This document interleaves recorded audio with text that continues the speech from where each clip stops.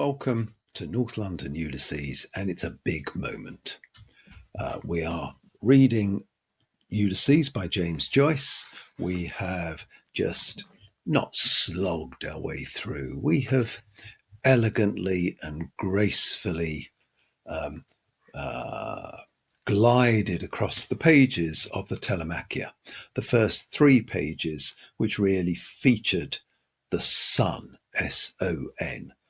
Telemachus, aka Stephen Dedalus, aka James Joyce. It was a little tricky in places, particularly in that last chapter, Proteus, but here we are. We come out into the sun-kissed slopes on the other side. We've entered part 2 of our book. Part 2 is a huge middle part of the book. If there are any chapters in the book, then there are 18. The first 3 comprise part 1, the next 12 part 2, and the final 3 is part 3. So we're about to start chapter 4 on page 65. It's marked with a 2 at the top in the penguin because it's part 2 of the book. They're called, all these next 12 chapters are colloquially known as the Wanderings of Ulysses. We are about to meet our Ulysses, our Odysseus, and his name is the first words that we see at the top of the page, Mr. Leopold Bloom. Okay. Mr. Leopold Bloom ate with relish the inner organs of beasts and fowls. He liked thick giblet soup, nutty gizzards, a stuffed roast heart, liver slices fried with crust crumbs, fried hencods roes. Most of all, he liked grilled mutton kidneys, which gave to his palate a fine tang of faintly scented urine. Kidneys were in his mind as he moved about the kitchen softly, writing her breakfast things on the humpy tray. Gelid light and air were in the kitchen, but out of doors, gentle summer morning everywhere made him feel a bit peckish. The coals were reddening. Not a slice of bread and butter, 3, 4, right. Shouldn't like a plate full, right. He turned from the tray, lifted the kettle off the hob and set it sideways on the fire. It sat there, dull and squat, its spout stuck out. Cup of tea soon? Good, mouth dry. The cat walked stiffly round a leg of the table with tail on high. Meow. Oh, there you are, Mr. Bloom said, turning from the fire. The cat mewed in answer and stalked again stiffly round a leg of the table, mewing. Just how she stalks over me writing table. Purr, scratch me head, purr. Mr. Bloom watched curiously, kindly, the lithe black form. Clean to see, the gloss of her sleek hide, the white button under the butt of her tail, the green flashing eyes. He bent down to her, his hands on his knees. Milk for the pussens? He said. Meow, the cat cried. They call them stupid. They understand what we say better than we understand them. She understands all she wants to. Vindictive too. Wonder what I look like to her. Height of a tower? No, she can jump me. Afraid of the chickens she is, he said mockingly. Afraid of the chuck-chucks. I never saw such a stupid pussens as the pussens. Cruel her nature. Curious mice never squeal. Seem to like it. Meow, the cat said loudly. She blinked up out of her avid, shame-closing eyes, mewing plaintively and long, showing him her milk-white teeth. He watched the dark eye slits narrowing with greed till her eyes were green stones. Then he went to the dresser, took the jug Hanlon's milkman had just filled for him, poured warm bubbled milk on a saucer and set it slowly on the floor. Grrr, she cried, running to lap. He watched the bristles shining wirily in the weak light as he tipped 3 times as she tipped 3 times and licked lightly. Wonder if it's true if you clip them, they can't mouse after. Why?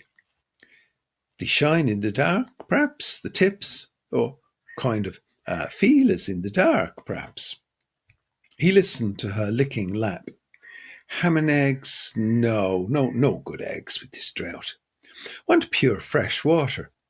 Thursday, not a good day either for a mutton kidney at Buckley's, fried with butter, a shake of pepper.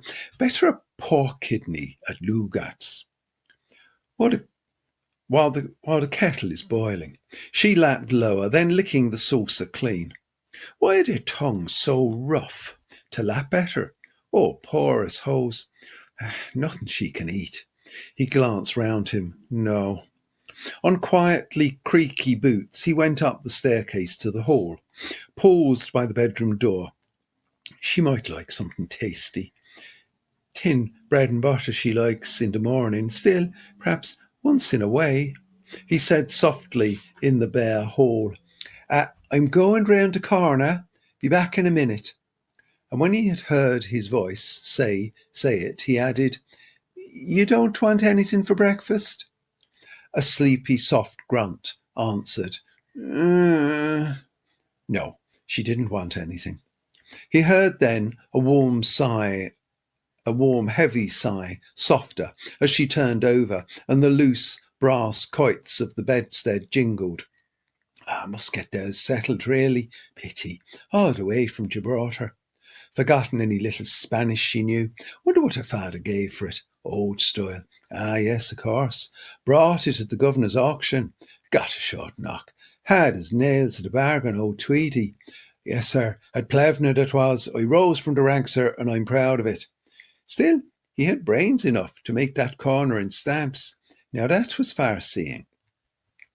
His hand took his hat from the peg over his initialed heavy overcoat and his lost property off his second-hand waterproof. Stamps, sticky-back pictures. I dare say lots of officers are in the swim too. Of course they do. The sweated legend in the crown of his hat told him mutely. Plasto's high-grade ha.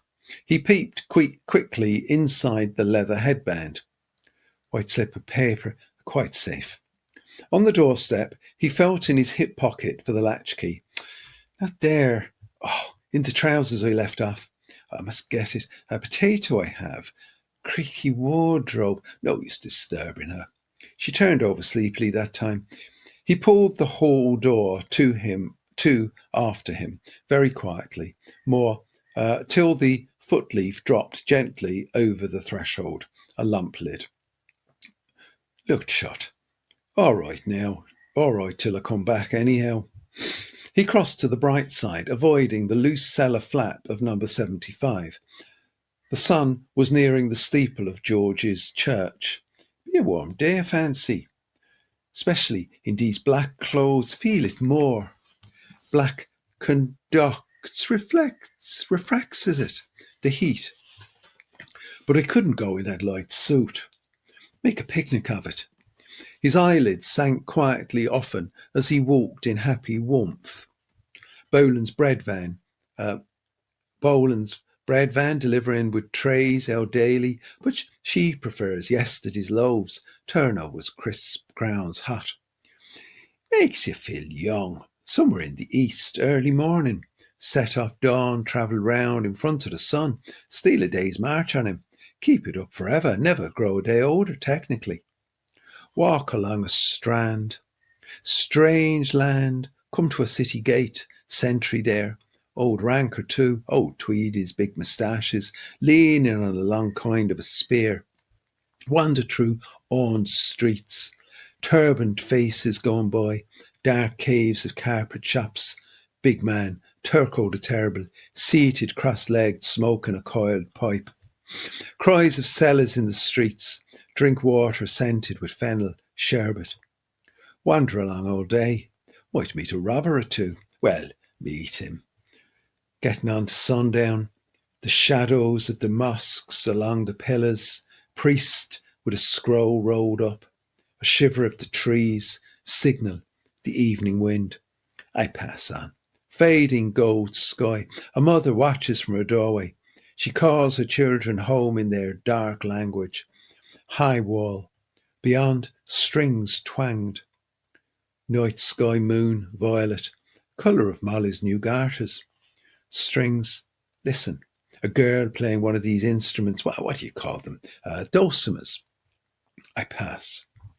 Probably not a bit like it, really. Kind of stuff you read in the track of the sun. Sunburst on the title page. He smiled, pleasing himself.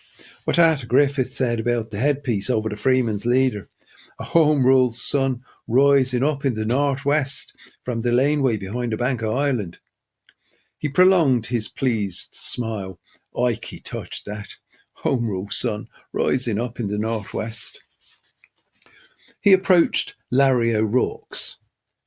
From the cellar grating floated up the flabby gush of porter. Through the open doorway, the bar squirted out whiffs of ginger, tea dust, biscuit mush. Good house. However, just the end of the city traffic. For instance, Macaulay's down there. NG is position. Of course, if they ran a tram line along the North Circular from the cattle market to the quays, value'd go up like a shot. Bald head over the blind. Cute old codger. No use canvassing him for an ad. Still, he knows his own business best. There he is, sure enough, me bold Larry. Leaning against the sugar bin in his shirt sleeves, watching the apron curate swab up with a mop and bucket. Simon Dedalus takes him off to a tea, with his eyes screwed up. Do you know what I'm going to tell you? What's that, Mr. O'Rourke? Do you know what? The Russians did only be an 8 o'clock breakfast for the Japanese. Stop and say a word. About the funeral, perhaps. A sad thing about poor Digna, Mr. O'Rourke. Turning into Dorset Street, he said, freshly in greeting through the doorway, Good day, Mr. O'Rourke. Day to you. Lovely weather, sir. 'Tis all that. Where did he get the money? Coming up red-headed curates from the county Leitrim, rinsing empties an old man in the cellar.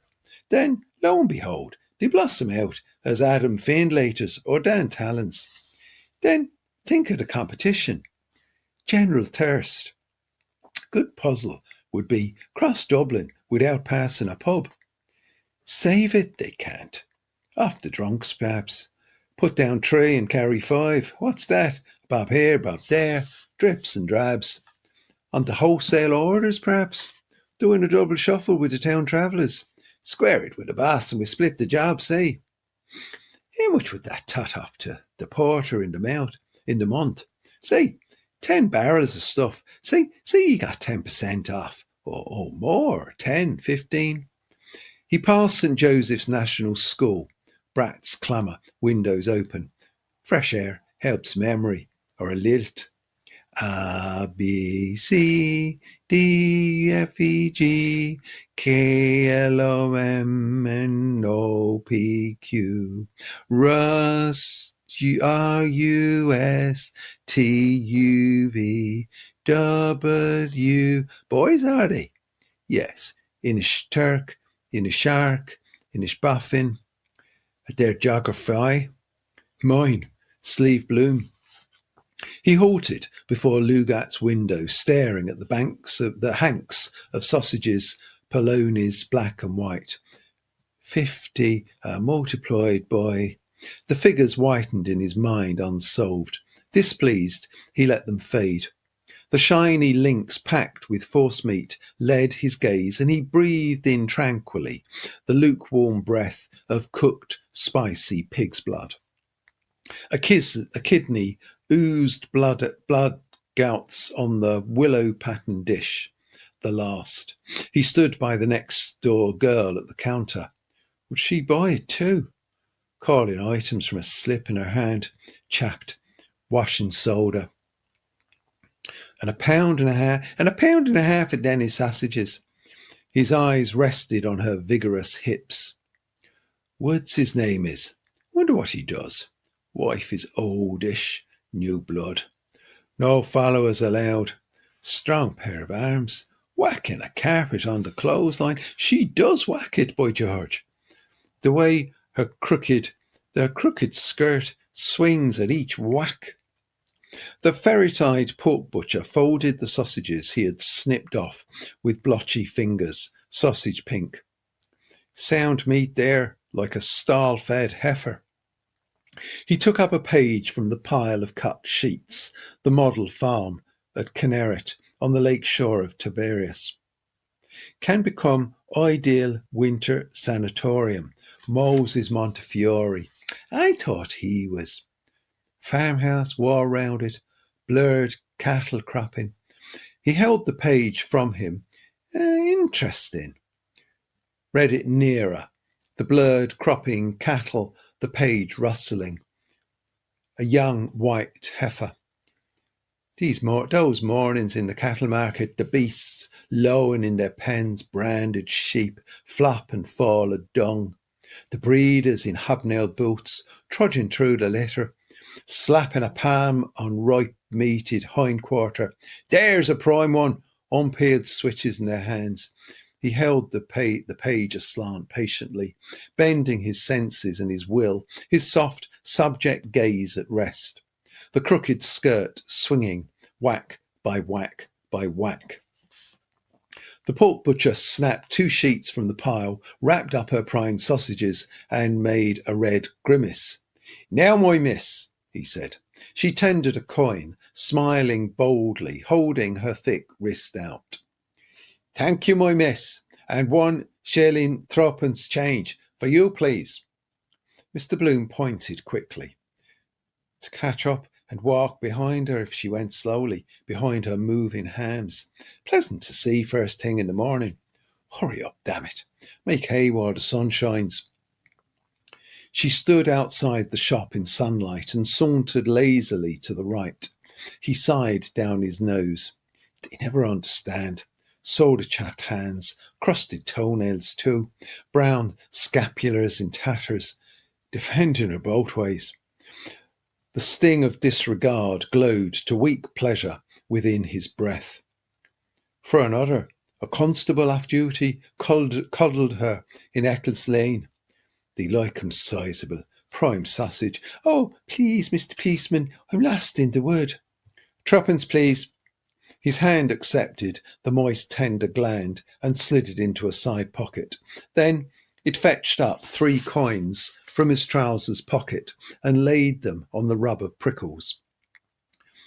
They were read quickly and quickly slid disc by disc into the till. Thank you, sir. Another time. A speck of eager fire from Fox Eyes thanked him. He withdrew his gaze after an instant. No, better not. Another time. Good morning, he said, moving away. Good morning, sir. No sign. Gone. What matter? He walked back along Dorset Street, reading gravely. Agendat na time, Planters' Company, to purchase wet, sandy tracts from Turkish government and plant with eucalyptus trees. Excellent for shade, fuel and construction. Orange groves and immense melon fields north of Jaffa. You pay 8 marks and they plant a dunam of land for you. You pay 8 marks and they plant a dunam of land for you with olives, oranges, almonds or citrons. Olives cheaper. Oranges need artificial irrigation. Every year you get a sending of the crop. Your name entered for life as owner in the Book of the Union. Can pay 10 down and the balance in yearly instalments. Bleibtreustrasse 34, Berlin W15. Nothing doing. Still, an idea behind it. He looked at the cattle, blurred in silver heat, silvered, powdered olive trees. Quiet, long days, pruning, ripening. Olives are packed in jars, eh? I've a few left from Andrews. Molly's spitting them out. Knows the taste of them now. Oranges in tissue paper, packed in crates. Citrons, too. Wonder is poor Citron still alive in St. Kevin's Parade. And Mastiansky with the old cither. Pleasant evenings we had then. Molly in Citron's basket chair. Nice to hold, cool, waxen fruit. Hold in the hand. Lift it to the nostrils and smell the perfume. Like that heavy, sweet, wild perfume. Always the same, year after year. They fetched high prices too, Moisel told me. Arbutus Place, Pleasant Street, pleasant old times. Must be without a flaw, he said. Coming all that way, Spain, Gibraltar, Mediterranean, the Levant. Crates lined up on the quayside at Jaffa. Chap ticking 'em off in a book. Navvies handling 'em in soiled dungarees. Oh, there's what you call him out of. How do you do? Doesn't see. Chap, you know, just a salute. Bit of a bore. His back is like that Norwegian's captain's. Wonder if I'll meet him today. Watering cart. To provoke the rain. On earth as it is in heaven. A cloud began to cover the sun. Holy, slowly, holy. Grey, far. No, not like that. A barren land, bare, waste. Volcanic lake. The Dead Sea, no fish. Weedless, sunk deep in the earth. No wind would lift those waves. Grey metal, poisonous, foggy waters. Brimstone they called it, raining down the cities of the plain. Sodom, Gomorrah, Edom. All dead names. A dead sea in a dead land. Grey and old. Old now. It bore the oldest, the first race. A bent hag crossed from Cassidy's, clutching a noggin bottle by the neck. The oldest people wandered far away over all the earth, captivity to captivity, multiplying, dying, being born everywhere. It lay there now. Now it could bear no more. Dead, an old woman's. The grey, sunken cunt of the world. Desolation. Grey horror seared his flesh. Folding the page into his pocket, he turned into Eccles Street, hurrying homeward. Cold oils slid along his veins, chilling his blood. Age crusting him with a salt cloak. Well, I'm here now. Morning mouth, bad images. Got up wrong side of the bed. Must begin again those sandhouse exercises. On the hands down. Blotchy brown brick houses. Number 80 still unlet. Why's that? Valuation's only 28. Towers, Battersby, North Macarthur. Parlour windows plastered with bills. Plasters on a sore eye. To smell the gentle smoke of tea, fume of the pan, sizzling butter, be near her ample bed-warmed flesh. Yes, yes. Quick, warm sunlight came running from Berkeley Road. Swiftly in swim sandals along the brightening footpath. She runs to meet me, a girl with gold hair on the wind. Okay, so I'll pause there. We're about halfway through. I'll do the second half in another reading, and then we'll do some commentary on our introduction to Mr. Leopold Bloom. So thank you very much for listening, and see you shortly. Bye. I'm continuing reading the Calypso chapter 4 in James Joyce Ulysses. We're on page 74. Got about another 9 pages to go. Bloom has just returned back home to 7 Eccles Street, having been to the pork butcher to buy himself a pork kidney. And I'm going to start with the line 2 letters and a card on page 74 in the Penguin. Please follow along with me. 2 letters and a card lay on the hall floor. He stopped and gathered them. Mrs. Marion Bloom. His quick heart slowed at once. Bold hand. Mrs. Marion. Poldy! Entering the bedroom, he half closed his eyes and walked through warm yellow twilight towards her tousled heads. Who are the letters for? He looked at them. Mullingar, Millie. A letter for me from Millie, he said carefully, and a card to you, and a letter for you. He laid her card and letter on the twill bedspread near the curve of her knees. Do you want the blind up? Letting the blind up by gentle tugs halfway, his backward eye saw her glance at the letter and tuck it under her pillow. That do? He asked, turning. She was reading the card propped on her pillow on her elbow. She got the things, she said. He waited till she had laid the card aside and curled herself back slowly with a snug sigh. Hurry up with the tea, she said. I'm parched.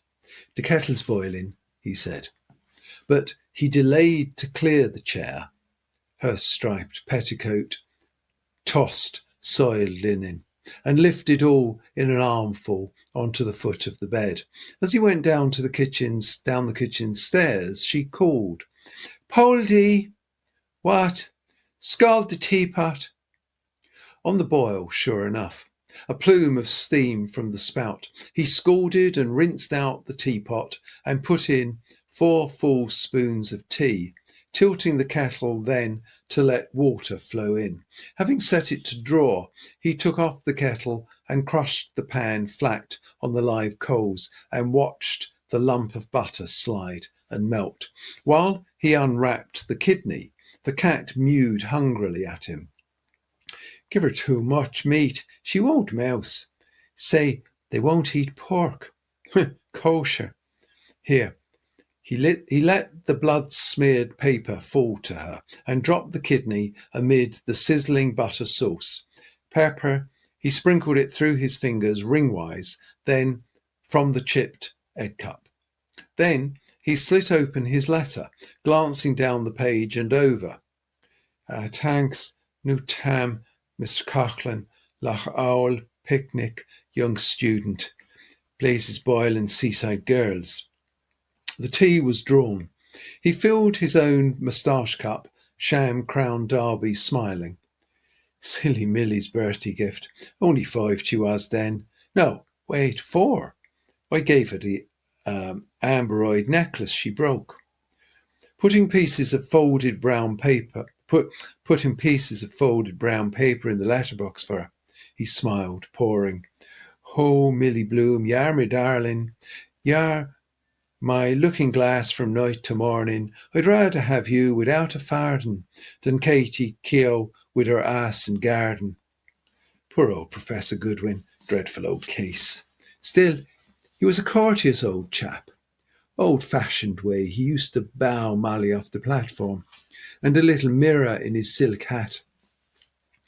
The night Millie brought it into the parlour. Oh, look what I found in Professor Goodwin's hat. Oh, we laughed. Sex breaking out even then.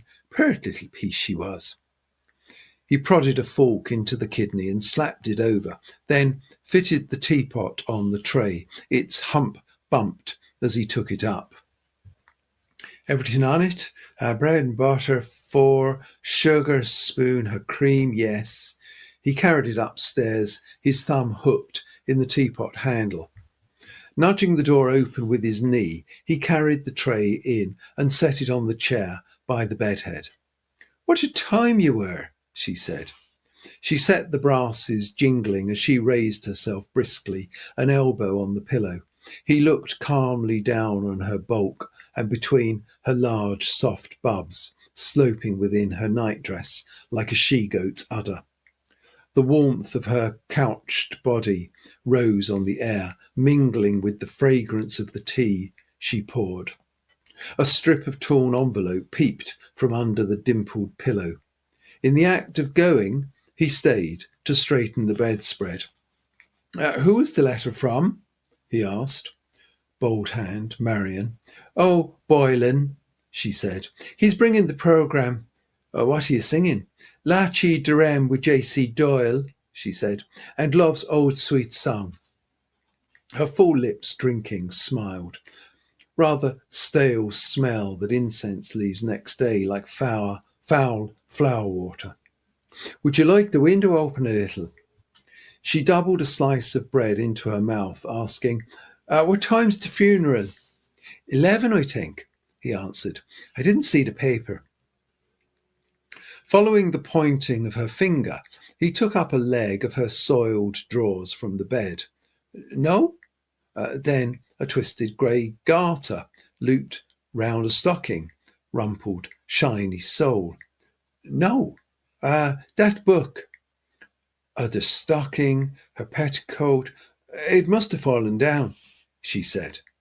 He felt here and there, voglio e non vorrei. I wonder if she pronounces that right, voglio. Not in the bed, must have slid down. He stooped and lifted the valance, the book fallen sprawled against the bulge of the orange-keyed chamber pot. Show here, she said. I put a mark in it. There's a word I wanted to ask you. She swallowed a draught of tea from her cup held by knot handle and, having wiped her fingertips smartly on the blanket, began to search the text with the hairpin till she reached the word. Met him what? He asked. Here, she said. What does this mean? He leaned downward and read near her polished thumbnail. Metempsychosis. Yes. Who's he when he's at home? Metempsychosis, he said, frowning. It's Greek, from the Greek. It means the transmigration of souls. Oh, rocks, she said. Tell us in plain words. He smiled, glancing askance at her mocking eye. The same young eyes. The first night after the charades, Dolphin's Barn. He turned over the smudged pages. Ruby, the pride of the ring. Lo, illustration. Fierce Italian with carriage whip. Must be Ruby, pride of the on the floor, naked. Sheet kindly lent. The monster Maffei desisted and flung his victim from him with an oath. Cruelty behind it all. Doped animals, trapeze at Hengler's. Had to look the other way. Mob gaping. Break your neck and we'll break your sides. Families of them. Boned them young so they metempsychosis. That we live after death. Our souls. That a man's soul after he dies. Dignam's soul. Did you finish it? He asked. Yes, she said. There's nothing smutty in it. Is he in love with the first fella all the time? I never read it. Do you want another? Yes, get another of Paul de Cox. Nice name he has. She poured more tea into her cup, watching its flow sideways. I must get that Capel Street Library book renewed, or they'll write to Kearney, me guarantor. Reincarnation, that's the word. Some people believe, he said, that we go on living in another body after death, that we live before. They call it reincarnation, that we all lived before on the earth thousands of years ago or some other planet. They say we've forgotten it. Some say they remember their past lives. The sluggish cream wound curdling spirals through her tea. A better reminder of the word metempsychosis. An example would be better. An example. At the bath of the nymph above the bed, given away with the Easter number of photobits, splendid masterpiece in art colours. Tea before you put milk in, not unlike her with her hair down, slimmer. 3 and 6 I gave for the frame. She said it would look nice over the bed, naked nymphs, grease. And, for instance, the people that lived then. He turned the pages back.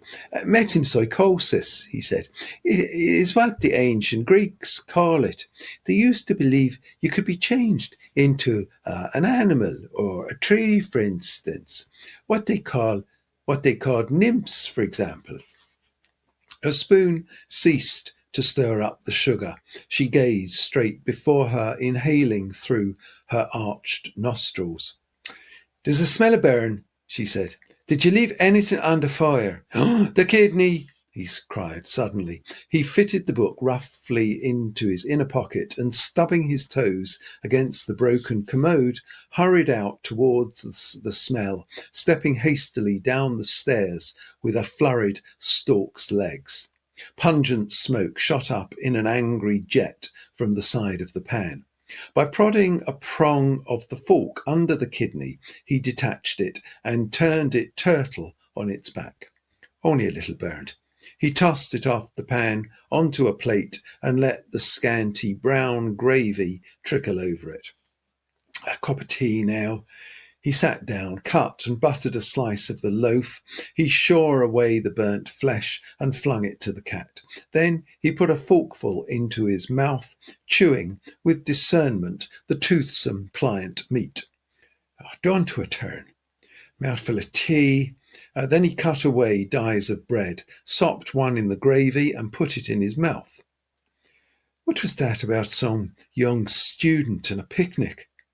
He creased out the letter at his side, reading it slowly as he chewed, sopping another die of bread in the gravy and raising it to his mouth. Dearest Papley, thanks ever so much for the lovely Bertie present. It suits me splendid. Everyone says I'm quite the belle in me new tam. I've got Mummy's lovely box of creams and I'm writing. They are lovely. I'm getting on swimming in the photo business now. Mr. Coughlin took one of me and Mrs. will send when developed.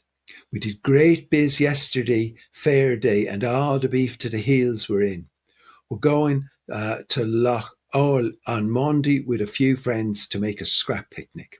Give my love to Mummy and to yourself a big kiss and thanks. I heard him at the piano downstairs. There's to be a concert at the Greville Arms on Saturday. There's a young student comes here some evenings named Bannon. His cousins or something are big swells. He sings Boylan's I was on the papa writing Blazes Boylan's song about those seaside girls. Tell him Silly Millie sends my best respects. Must now close with fondest love, your daughter Millie. P.S. Bad writing. I'm in a hurry. Bye-bye, M. 15 yesterday. Curious. 15th of the month too.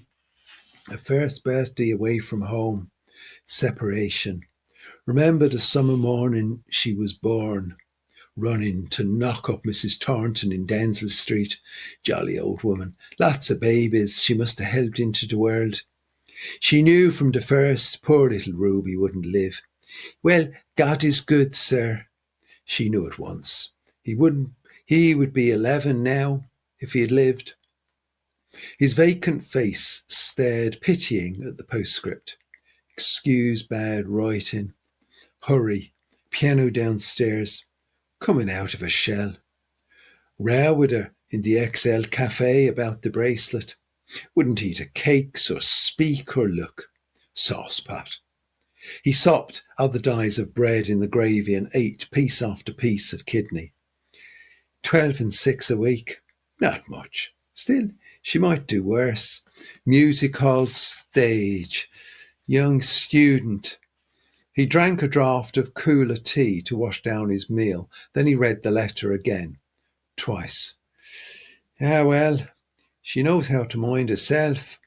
But if not, no, nothing has happened. Of course it might. Wait in any case till it does.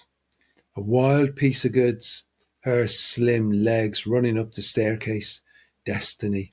Ripening now. Vain. Oh, very. He smiled with trouble affection at the kitchen window. Dea caught her in the street, pinching her cheeks to make them red. Anemic a little. Was given milk too long. On the Erin's King that day round the kish. Damned old tub pitching about. Not a bit funky. Her pale blue scarf loose in the wind with her hair. All dimpled cheeks and curls. Your head, it simply swirls. Seaside girls. Torn envelope. Hand stuck in his trousers pocket. Jarvey off for the day, singing. Friend of the family. Swirls, he says. Piers with lamps. Summer evening. Band. those girls, those lovely seaside girls. Millie too, young kisses, the first. Far away now past. Mrs. Marion, reading line back now, counting the strands of her hair, smiling, braiding.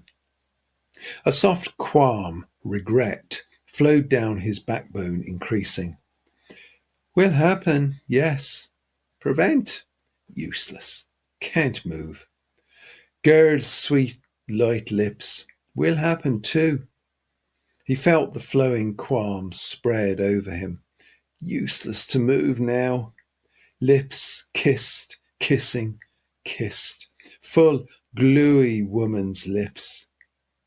Better where she is, down there, away. Occupier. Wanted a dog to pass the time. Might take a trip down there. August bank holiday. Only 2 and 6 return. 6 weeks off, however. Might work a press pass or through McCoy. The cat, having cleaned all her fur, returned to the meat-stained paper, nosed at it, and stalked to the door. She looked back at him, mewing. Wants to go out. Wait before a door sometime, it'll open. Let her wait. As the fidgets, electric. Thunder in the air. Was washing at her ear with her back to the fire too. He felt heavy, full. Then a gentle loosening of his bowels. He stood up, undoing the waistband of his trousers. The cat mewed to him. Meow, he said in answer. Wait till I'm ready. Heaviness. Hot day coming. Too much trouble to fag up the stairs to the landing. A paper. He liked to read at stall. Hope no ape comes knocking just as I'm. In the table drawer he found an old number of Titbits. He folded it under his armpit, went to the door, and opened it. The cat went up in soft bounds. I wanted to go upstairs, curl up in a ball on the bed. Listening, he heard her voice. Come, pussy, come. He went out through the back door into the garden, stood to listen towards the next garden. No sound. Perhaps hanging clothes out to dry. The mate was in the garden. Fine morning. He bent down to regard a lean file of spearmint growing by the wall. Make a summer house here. Scarlet runners, Virginia creepers. Want to manure the whole place over scabby soil. A coat of liver of sulphur. All soil like that without dung. Household slops. Loam. What is this? That is the hens in the next garden. Their droppings are very good top dressing. Best of all, though, are the cattle, especially when they're fed on those oil cakes, mulch of dung. Best thing to clean ladies' kid gloves. Dirty cleans. Ashes too. Reclaim the whole place. Grow peas in that corner there. Lettuce. Always have fresh greens then. Still, gardens have their drawbacks. That bee or blue bottle here with Monday.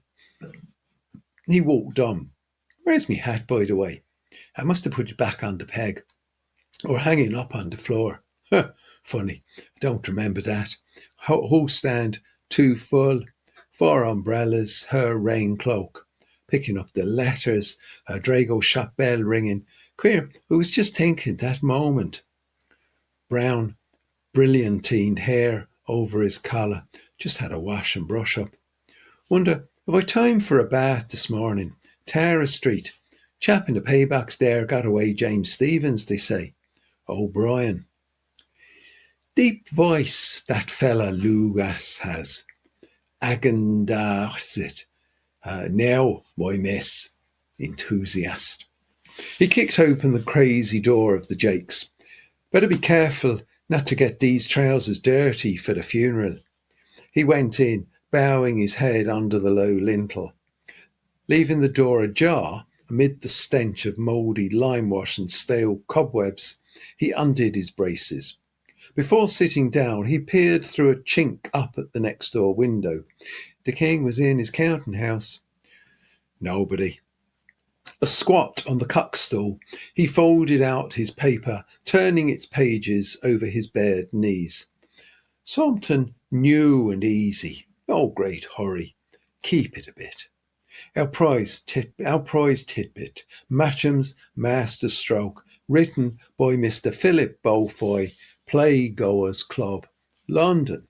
Payment at the rate of £1 a column has been made to the writer.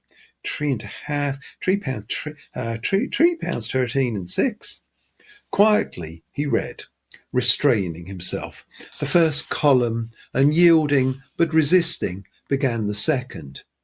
Midway, his last resistance yielding, he allowed his bowels to ease themselves quietly as he read, reading still patiently. That slight constipation of yesterday quite gone. Oh, hope it's not too big, bring on piles again. No, just right. So, Costive, one tabloid a cascara sagrada. Life might be so. It did not move or touch him, but was something quick and neat. Print anything now, silly season. He read on, seated calm above his own rising smell. Neat, certainly. Matcham often thinks of the master stroke by which he won the laugh in which, who now begins and ends morally, hand in hand, smart. He glanced back through what he had read, and while feeling his water flow quietly, he envied kindly Mr. Beaufoy, who had written it and received payment of £3.13 and 6. Might manage a sketch. By Mr. and Mrs. L.M. Bloom, invent a story for some proverb, which time I used to try jotting down on me cuff what she said dressing. Disliked dressing together, nicked myself shaving, biting her nether lip, hooking the placket of her skirt, timing her, 9:15. Did rabbits pay ye yet? 9:20. What did Greta Conroy on? 9:23. What possessed me to buy this comb? 9:24. I'm swelled after that cabbage. A speck of dust on the patent leather of her boot. Rubbing smartly in turn, each welt against her stocking calf, morning after the bizarre dance, when May's band played Panchielli's Dance of the Hours. Explained that, morning hours, noon, and then evening coming on, then night hours. Washing her teeth. That was the first night. Her head dancing, her fan sticks clicking. Is that Boylan well off? He has money. Why? I noticed he had a good smell of his breath dancing. No use humming then, allude to it. Strange kind of music that night. The mirror was in shadow. She rubbed her hand glass briskly on her woolen vest against her full wagon bob, peering into it, lines in her eyes.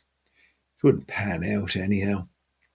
Evening hours, girls in grey gauze, night hours then black, with daggers and eye masks. Poetical idea. Pink, then golden, then grey, then black. Still true to life also. Day, then the night. He tore away half the prize story sharply and wiped himself with it. Then he girded up his trousers, braced and buttoned himself. He pulled back the jerky, shaky door of the jakes and came forth from the gloom into the air. In the bright light, lightened and cooled in limb, he eyed carefully his black trousers, the ends, the knees, the hoffs of the knees. What time's the funeral? Better find out in the paper. A creak and a dark whir in the air high up. The bells of George's church, they tolled the hour loud, dark iron. Hey ho, hey ho, hey ho, hey ho, hey ho, hey ho. 1:45. There again. The overtone following through the air, turd, poor dignum. And there we are. That's the end of the chapter.